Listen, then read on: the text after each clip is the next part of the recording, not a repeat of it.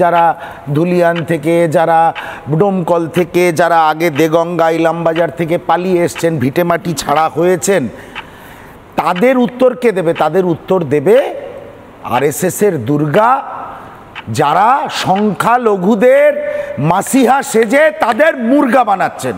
সেই মমতা বন্দ্যোপাধ্যায়কে উত্তর দিতে হবে, অন্য কোনো রাজনৈতিক দলের উত্তর দেবে না।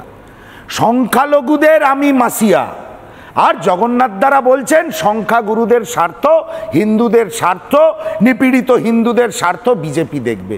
দুজনে সমাজটাকে দুই খণ্ডে ভাগ করে নিয়েছেন। তাতে কি সুবিধা হবে? সংখ্যালঘুদের ভোট ব্যাংক আমার সঙ্গে, উনি ভাবছেন সংখ্যাগুরুদের ভোট ব্যাংক আমার সঙ্গে। এই রাজনীতি তো আমরা বাংলার মাটিতে কোনোদিন দেখিনি। 2011 সালে মমতা বন্দ্যোপাধ্যায় ক্ষমতায় এলো, কি দেখা গেল? ডেটা বলে ধীরে ধীরে আরএসএসের শাখার সংখ্যা বাড়তে শুরু করলো পশ্চিমবঙ্গের মাটিতে। 2014 সালে নরেন্দ্র মোদী আচ্ছে দিনের সংকল্প নিয়ে ভারতবর্ষের গদিতে আসীন হলেন, শুরু হয়ে গেল সাম্প্রদায়িক রাজনীতি। একবারও